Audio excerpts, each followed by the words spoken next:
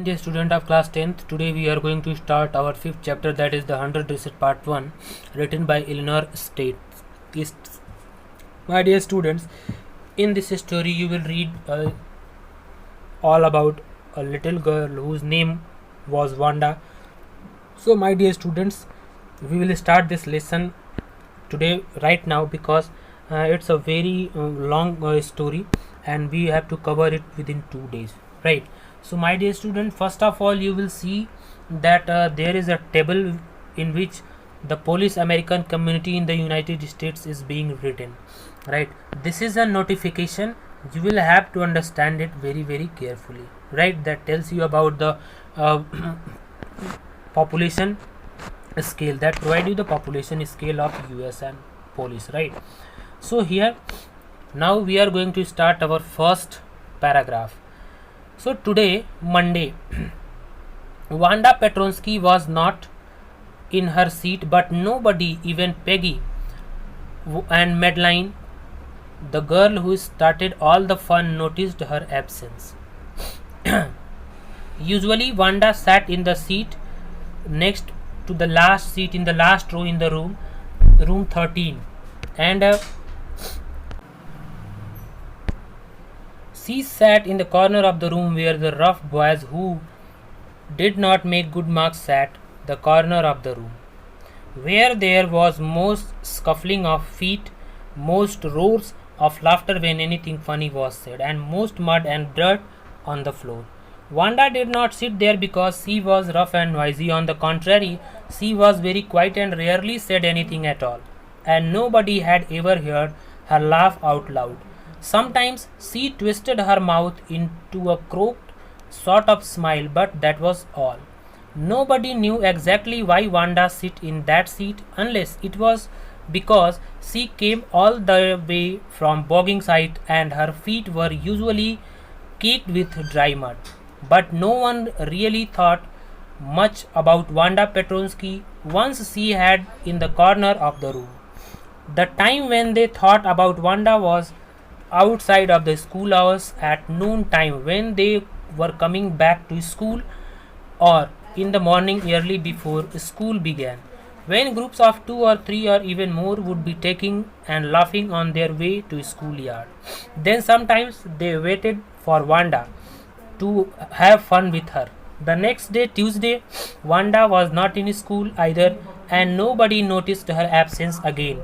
But on Wednesday, Peggy and Maddie, who sat down front with other children who got good marks and who did not track in a whole lot of mud, did notice that Wanda was not there. Peggy was the most popular girl in the school. She was pretty, she had many pretty clothes, and her hair was curly. Maddie was her closest friend. The reason Peggy and Maddie noticed Wanda's absence because Wanda had made them late to school.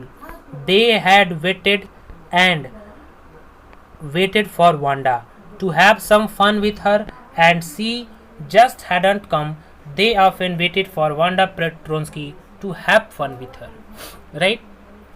So here the story revolves around a girl whose name was Wanda Petronsky and her classmates Peggy, Madeline, who made fun on her. The plot of the story opens on a Monday. Even Peggy and Maddie did not notice that Wanda was not present. These were the girls who began all the teasings. Wanda generally used to sit in the corner of the classroom where not so academically brilliant and loud guys sat. It was that part of the classroom which was dirtiest, but Wanda was not like those boys. She was silent to extent that nobody had ever seen her laugh. Since Wanda was nothing like those boys, no one ever understood why she sat there. There were only guesses that it is because the sea came from Bogging Heights and her shoes were usually dirty with all the mud. People hardly noticed her in classroom as she was silent and alone all the time. It was only before after school hours, when group of kids used to wait for her, mock her day, that they thought of her. Some used to wait at the cost of getting late for school. The fact was not present on Tuesday as well, got unnoticed, but it was on Wednesday when Maddie and Peggy noticed her absence. It was also then when they waited before school to make fun on her, but instead ending up getting late because she did not shout up. Peggy was the most famous girl who wore good and tidy clothes. She sat with the toppers of the class. No one ever got curious about why Wanda was no longer coming to school. All they cared was they could not make fun of her. Wanda Petronsky, most of the children in room 13 did not have names like that.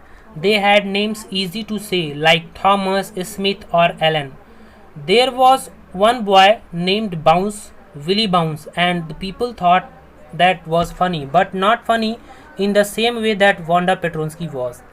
Wanda did not have any friends. She came to school alone and went home alone. She always wore a faded blue dress that did not hang right inward. It was clean, but it looked as though it had never been ironed properly. She did not have any friends, but a lot of girls talked to her. Sometimes they surrounded her in the school yard as she stood watching the little girl play hopscotch on the worn, hard ground. Wanda, Peggy would say in the most courteous manner, as though she were talking to Miss Mason. Wanda, she would say, giving one of her friends a nudge, tell us how many dresses did you say you had hanging up in your closet? 100, Wanda would say. 100, exclaimed all the little girls incredulously, and the little ones would stop playing hopscotch and listen. Yeah, 100 dresses all lined up, said Wanda. Then her thin lips drew together in silence. What are they like? All silk, I bet, said Peggy. Yeah, all silk, all colors. Velvet too. Yeah, velvet too. 100 dresses, Wanda would repeat stolidly, all lined up in my closet. Then they would let her go, and then before she had gone very far, they could not help bursting into shrieks and peals of laughter. 100 dresses. Obviously, the only dresses Wanda was the blue ones she wore every day. So, why did she say she had 100 dresses? What a story! How many shoes did you say you had? 60 pairs, all lined up in my closet. Cries of exaggerated politeness greeted this, all alike. Oh no, every pair is different, all colors, all lined up. So here, my dear students, Wanda Petronsky was a Pole who had immigrated to America. Her Pole, that means it is used for the police person. Uh, Her fellow classmates thought that Wanda Petronsky was a strange name because they had simpler and easier American name except a guy named Willie Bounce, which they thought sounded funny but still lesser than Petronsky. They found her name to be long and unfamiliar. This shows that those children did not understand diversity, and whatever they did was done out of thoughtfulness. Wanda was usually seen wearing a faded blue dress that did not fit her properly. How clean it used to look and ironed. This shows that Wanda belonged to a poor family who could not afford too many dresses. Ironically, a lot of people talked to her, but she did not have any friends because all of them talked to her in order to make fun of her. From her tell about 100 dresses to make her unfamiliar name, they found it all amusing. When she used to watch little girls play in the ground, it was that time the other students surrounded her to mock her. With no intentions of hurting her, Peggy used to ask number of dresses Wanda has in a very polite and respectful tone. They made fun of her because they could not understand why she made up the story about 100 dresses. They did all while being ignorant of the fact that it could hurt her. No one would believe her when she said possessed 100 dresses all lined up in her closet. As the other girls screamed in astonishment, the little girl would stop playing in order to see what was going on. Wanda would affirm that the queries that she had dresses made of velvet and silk too. Sadly, after she left, They all used to laugh at her. It was so hard to believe, Wanda said, because only one dress she was seen wearing was the blue one that was faded. No one was sure as to why she lied. Although they were teasing her, they were never rude to her. Thus, in the same tone, they continued asking her about the number of shoes she said she had, to which she replied 60. Each pair different. It was Peggy's idea to embarrass her like that. Though she was polite, Peggy and Maddie, the inseparable friends, were the last ones to leave school, while Wanda would go back all alone with her dull eyes and behaved in a strange way. So here Peggy, who had thought of this game, and Maddie, her inseparable friend, were always too last to leave. Finally, Wanda would move up the street, her eyes dull and her mouth closed, hitching her left shoulder every now and then in a funny way. She had finishing the walk to school alone. Peggy was not really cruel. She protected a small children from bullies, and she cried for hours if she saw an animal mistreated. If anybody had said her, "Don't you think that he is cruel way to treat Wanda?" she would have been very surprised. Cruel? Why did the girl say she had 100 dresses? Anybody could tell that it was a lie. Why did she want to lie? And she was not just an ordinary person. Else, why did she have a name like that? Anyway, they never made her cry. As for Maddie, this business of asking Wanda every day how many dresses and how many hats and how many this and that, she was bothering her. Maddie was poor herself. She usually wore somebody's hand me down clothes. Thank goodness she did not live up on Bogging Heights or have a funny name. Sometime when Peggy was asking Wanda stone questions in that mocking polite voice, Maddie felt embarrassed and studied that marbles in the palm of her hand, rolling them around and saying, noticing nothing herself. Not that she felt sorry for Wanda exactly.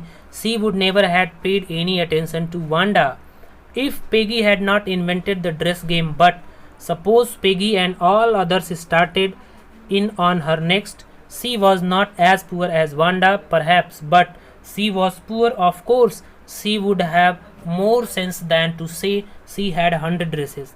Still, she would not like for them to begin on her.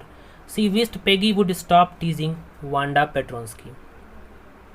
It was hard to believe what Wanda said, because the only dress she was seen wearing was the blue one that was faded. Peggy was not mean the girl she had been portrayed as until now. She saved kids from whoever was hurting them, and could not stand animals getting badly treated. According to her, she was not being rude to Wanda. She thought it was very weird of Wanda to lie about the number of dresses she possessed. And if anything was weirder, it was her name. No matter how much they teased Wanda, they never made her cry. Maddie did not like the idea of making fun of the number of clothes and accessories Wanda possessed, not because she cared about her, but because she was poor herself. She wore clothes that were given to her by someone else, but she was not as poor as Wanda.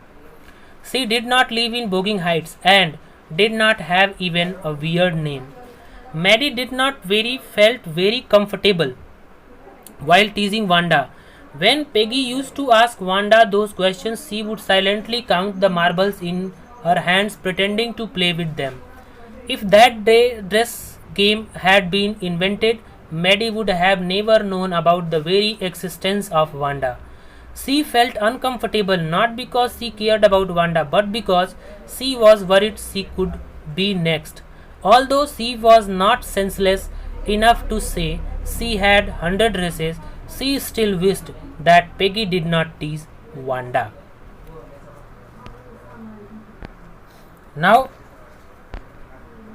my dear students, we have finished approximately half of this chapter, and today's, I think this is enough for today. So rest of the half portion of this same lesson will be covered in tomorrow's video. So my dear students, up to the time I am going to take leave. Thank you. Have a nice day. Jai Hind.